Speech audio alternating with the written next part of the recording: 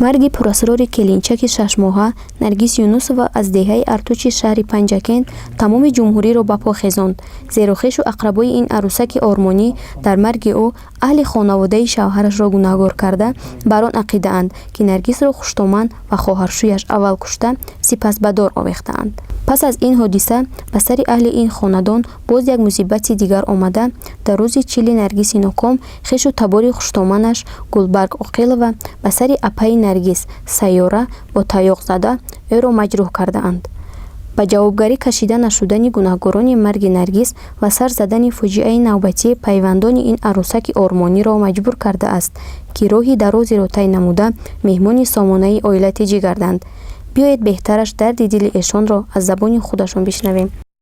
имрӯз як гурӯҳ сокинони деҳаи артучи шаҳри Панҷакент ба идораи сомонаи оилати ҷӣ ташриф оварданд. биёед якҷоя аз дарди дили эшон гӯш меандозем. Наргизи از دست خوشامنی ظالم و از دست خواهرعروسی ظالم کشته شدگی مادری سرسختی جواب دیدی از عرضم یکم کس نپرسید با همینجا اومدم. من توای همون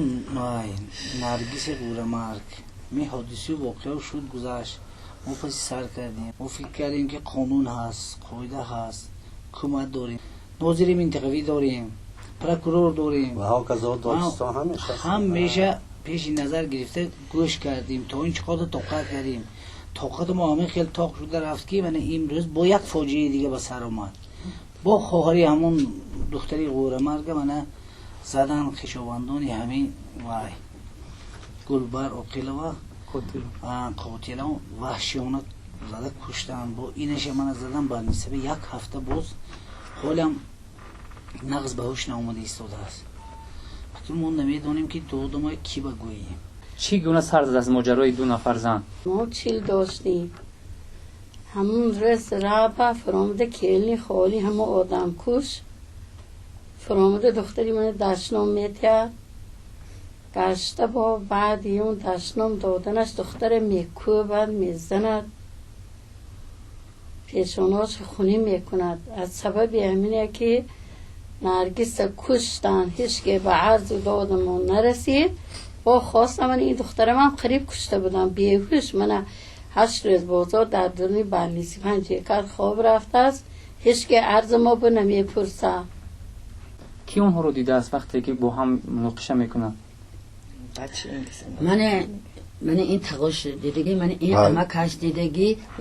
و بچه خودم دیدگی دخترچه که سنف یک خانی خودش دو میره و اینای میگوید که دیتا اوچی ما کشتم. من به شما گفتم تمام که روی چیل بود دختر شلاخوری بچه همه کشی پاچاش رو گسل میکنم میماری بود همون رو گسل کردم دیر میبیاد یرگشم خون دختر چهش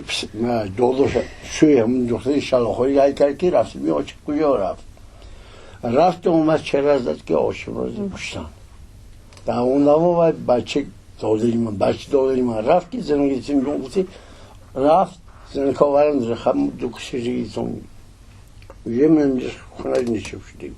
با چی زده است؟ با عصا خوشتامنی سیاره میشم. سیاره هم دختر این کس؟ ها من پنجکت بودم در همین سود بودم که درون سودخانه بودم پیش جوره بیگ که تلفن شد که کلین تزدین بیخوش شده است برای اومدم که بیخوش در بلنیسه بیرون اومدم که بلنیسه بیرون گرفتیم درآوریم دخترها اکل دورو کردن و باید کردم خوشش اومد بعد ایرو به خوشش اومد. این معلوم نیست که چند ضربه زده باشه؟ اینش من ندیدم یک خانه همیشه دیدم من بعدم گرسد خودی خونه آورم به مدار به هیچی گرفتم بردم باش مسافر های کرد و ایش آقای اورش من نمیشه ما هم اشتراک داشتیم هم روزی مراسم با یک وقت بود که همه خیلی سری خونالو در بغل همه کشف گرفته اومد ما گفتیم که این چیه حادثه این چی گپ است که مقصد که این فاجعه بس نبود که با این کار سر کردن گفته بسیار یک وای شدیم زیق شدیم گپ‌های رو نگفتیم و امکشه گفتیم که پدرعروسش گیریم بریم گفتیم اوکی بریم ارگان‌های حفظ حقوق با معین کنید چی گپ است این با اینو گرفتیم ماشین به سر کردیم های کردیم تایرو رفتن تشخیص کردن ناظر منطقوی اومد جای حادثه دیدن خلاصه اکسپرت دکتر ولی انیق نکی چی نویسته است چی مونده است های اینش که چی نشد اینش هم به فکرم چی شده نش انیق نیست نمیدونم چون که عدالت باشدم که کم با حق به حقدار نمیرسد حق به پولدار میرسد گفته تقاش کلنی مهان داشتگی در کوچه با همون کلنی زدگیه حق به حقدار نمیرسد حق به پولدار میرسد گفته پیش همون زدن همین کار میکند من خودم تقاش قطعی شعار شده در دری همون سودخانه انچه غربت هم کردم فتیش بسیار ها من غربت کردم تقاش محمدین تقوی گلبری آقل گلبرگ آقلوه آقلوه دودرش حق به حقدار نمیرسد حق به با پولدار وجود میرسد اینم دودر جون حکیم به من استدنگا بعد از اون بگشته میگه که اگر او چه 10 دختر تولد کنه که خواهرم میکشد بو میخرم حق به حقدار میرسد خودش خودش بسته شاید تیم محمدی آقلو خودش بدهنش بود این چی بدوری که مادری بیچارش بی پدر همونای کلام کرد چی میگیرد امروز یاد دختره دست داشت من دویمش از دبل نیست اون نمیدونم چیکار کردن اومدیم که همین به گوشی مقامای همین دولتی رسد پیش روی همین خیلی حادثه های گیرن که دیگر همین خیلی واقعا نشود در سری دیگه مادر همین خیلی وضعیت نغلطد شنیدیم که بعد گزارش ویدیویی ما درباره مرگ فاجعه‌ای نرگس یونسووا مقامات جسد مرحوم را از خاک برآورده دوباره تشخیص نمودند. نتیجه تشخیص چی داد و از بین شما که ها در آن اشتراک داشتند؟ در قبرستان قبر کشیدن با دو تا دکتر من امکان تقایم و مفتش و کارواندی میلیسیا یک نفر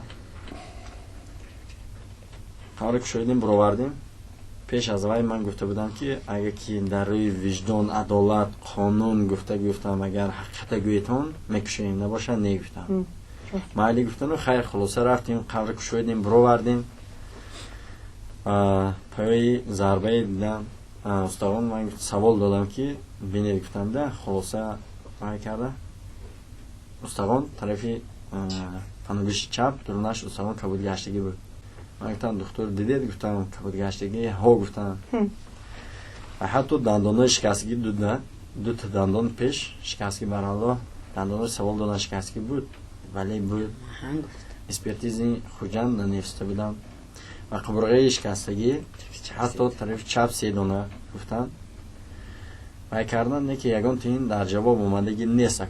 اون مومان همین اکسپرتیز هایی که گذروندن در رایون پنجکین خوجان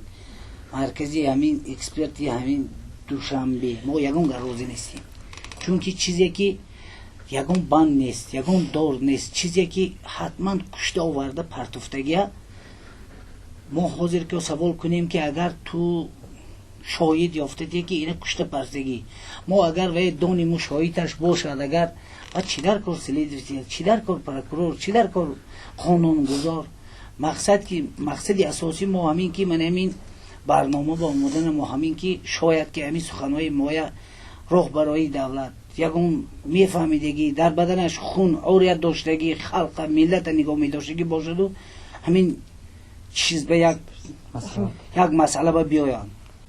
ما از شما خواهش میکنیم که همین عرض و شکایتی ما به گوش همین مقامات دولتی رسد پیش روی این ماجرای گیرن که دیگر بیچاره بینوا هم خیلی نشن دویدین هستم بسیار برابر قسمی 109 کودکسی قسمی یک قرار برآوردن من در این قرار برآوردگیشان رضا نیستم میخوام که قرار 104 گرده قسمی 2 قطعی گروه بچه ما باوری کامل داریم که پس از مراجعت این خانواده مقامات های داخل دار سر این مسئله اندیشه رونی میکنن سربلند باشه